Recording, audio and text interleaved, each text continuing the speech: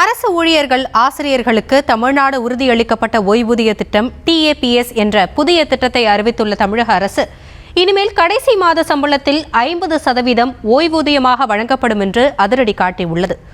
ஓய்வூதியதாரர்களுக்கு ஆண்டுக்கு 2 முறை அகவிலைப்படி உயர்வு, 25 லட்சம் ரூபாய்க்கு மிகாமல் பணிக்கொடை என்று அரசு ஊழியர்கள் ஆசிரியர்கள் மனதை குளிர்விக்கும் வகையில் வெளியாகியுள்ள அறிவிப்பு 23 ஆண்டுகால நீண்ட நெடிய போராட்டத்திற்கு ஒரு வழியாக முற்றுப்புள்ளி வைத்துள்ளது.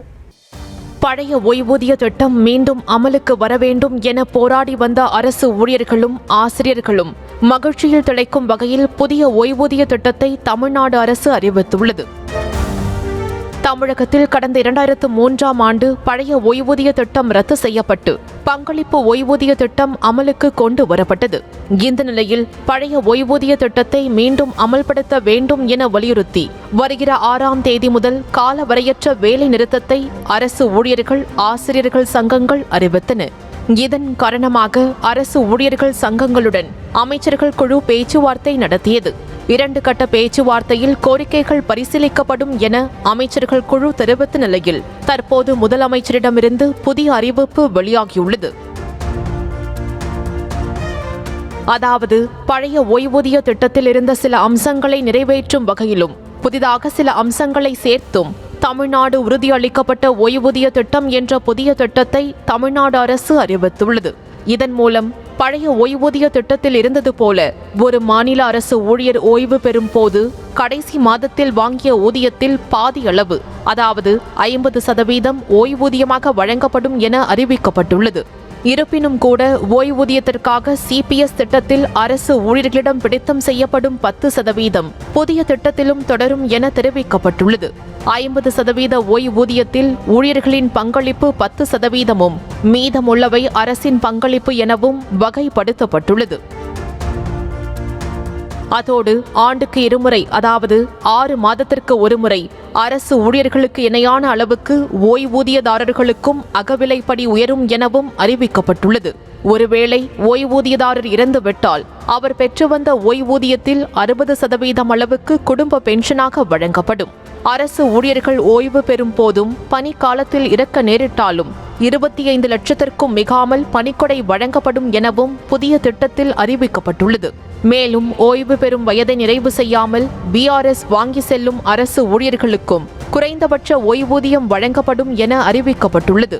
பங்களிப்பு ஓய்வூதிய திட்டத்தில் பணிக்கு சேர்ந்து உறுதியளிக்கப்பட்ட ஓய்வூதியம் செயல்பாட்டுக்கு வருவதற்கு முன்னரான இடைப்பட்ட காலத்தில் ஓய்வு பெற்ற சுமார் 48,000 பேருக்கு சிறப்பு கருணை ஓய்வூதியம் வழங்கப்படும் என்ற அறிவிப்பும் இடம்பெற்றுள்ளது.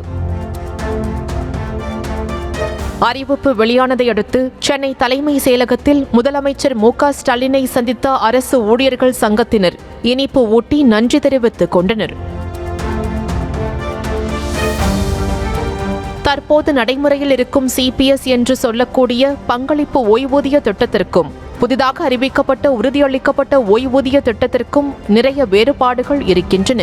CPS திட்டத்தில் ஊழியர்கள் பங்களிப்பு 10%துடன் அரசின் பங்களிப்பு என சேர்த்து முதலீடு செய்யப்பட்டு அதிலிருந்து கிடைக்கும் வருமானம் அடிப்படையில் ஓய்வூதியம் வழங்கப்பட்டு வந்தது. தற்போது அறிவிக்கப்பட்டிருக்கும் உறுதியளிக்கப்பட்ட ஓய்வூதியத்தில் இந்த சிக்கல்கள் ஏதும் இல்லாததால் அரசு ஊழியர்கள் ஆசிரியர்கள் சங்கங்கள் பெரும் வரவேற்பு தெரிவித்துள்ளன. குறிப்பாக இத்தனை ஆண்டுகளாக பழைய ஓய்வூதிய திட்டம் கேட்டு போராடி வந்த அரசு ஊழியர்களின் முக்கியமான சங்கமான ஜாக்டோ ஜியோவும் வரவேற்பு தெரிவித்துள்ளது. இந்த போராட்டத்திற்கு தமிழ்நாட்டுடைய முதலமைச்சர் அவர்கள் இன்றைய தினம் முடிவினை எட்டியிருக்கிறார். நாங்கள் எதிர்பார்த்த அந்த ஓய்வூதிய திட்டம் தமிழகத்திலே அமல்படுத்தப்பட்டிருக்கிறது. அதேபோல முதலமைச்சரின் அறிவிப்பை ஏற்றுக்கொண்டு வருகிற 6ஆம் தேதி முதல் அறிவிக்கப்பட்டிருந்த காலவரையற்ற வேலை நிறுத்த போராட்டம் ரத்து செய்யப்படுவதாக ஜாக்டோ ஜியோ அறிவித்தது. மாண்புமிகு தமிழ்நாடு முதலமைச்சர் அவர்கள் இன்றைய தினம் அறிவித்துள்ள தமிழ்நாடு உத்தரவாதப்படுத்தப்பட்ட ஓய்வூதிய திட்டத்தை முழு மனதோடு ஜாக்டோ ஜியோ சார்பாக, தமிழகத்தில் உள்ள ஒட்டுமொத்த அரசூழியர் சார்பாக, அரசு பணியாளர்கள் சார்பாக ஜாக்டோ ஜியோ மாண்புமிகு முதலமைச்சர் அவர்களுக்கு நெஞ்சார்ந்த நன்றியை தெரிவித்துக் கொள்கிறது. 23 ஆண்டு கால அந்த ஓய்வு ஊதியம் இல்லாத ஒரு நிலைமைக்கு இன்றைய தினம் ஒரு முற்றுப்புள்ளி வைக்கப்பட்டுள்ளது. இதர கோரிக்கைகளும் நிறைவேற்றுவார் என்ற நம்பிக்கை எங்கு பிறந்துள்ள அடிப்படையில் ஜனவரி 6 முதல் நடைபெறக்கூடிய காலவரையற்ற வேலை நிறுத்த போராட்டத்தை ரத்து செய்கிறோம். தமிழகத்தில் தற்போதைய நிலவரப்படி ஓய்வூதியதாரர்கள் என 7.3 லட்சம் பேர் இருக்கிறார்கள். அதேபோல நடப்பாண்டில் பென்ஷன் தொகையாக 41,290 கோடி செலவிடப்பட்டுள்ளது. தற்போது ஓய்வூதியம் பெறும் 7.25 லட்சம் பேரில் 1,98,000 பேர் மட்டுமே பழைய பென்ஷன் திட்டத்தில் உள்ளனர். மீதமுள்ள 6 லட்சம் பேர் CPS என்று சொல்லக்கூடிய புதிய பென்ஷன் திட்டத்தில்தான் இருந்தனர். முதலமைச்சரின் புதிய அறிவிப்பு மூலம் 6 லட்சம் ஓய்வு பெற்ற அரசு ஊழியர்களும் உறுதியளிக்கப்பட்ட ஓய்வூதிய திட்டத்திற்கு மாற்றப்படுவார்கள்.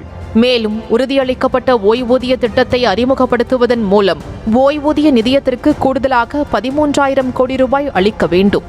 அது மட்டுமில்லாமல் ஆண்டுதோறும் சுமார் 11,000 கோடி ரூபாய் அரசு பங்களிப்பாக வழங்க வேண்டும் எனவும் கூறப்பட்டுள்ள நிலையில் நிதிச்சுமைக்கு மத்தியிலும் அரசு ஊழியர்கள் ஆசிரியர்களின் நீண்ட நாள் கோரிக்கை நிறைவேற்றப்பட்டுள்ளது. முதலமைச்சர் மு.க.ஸ்டாலின் அறிவிப்பை அடுத்து உறுதியளிக்கப்பட்ட ஓய்வூதிய திட்டத்திற்கு புதிதாக விதிமுறைகள் வகுக்கப்படும். விதிமுறைகள் வகுத்துதான் திட்டம் அமலுக்கு வரும் என்ற நிலையில் தேர்தலுக்கு முன்பாக நிறைவேற்றப்படுமா என்பதில்தான் அரசுக்கு சவாலும் நிறைந்திருக்கிறது.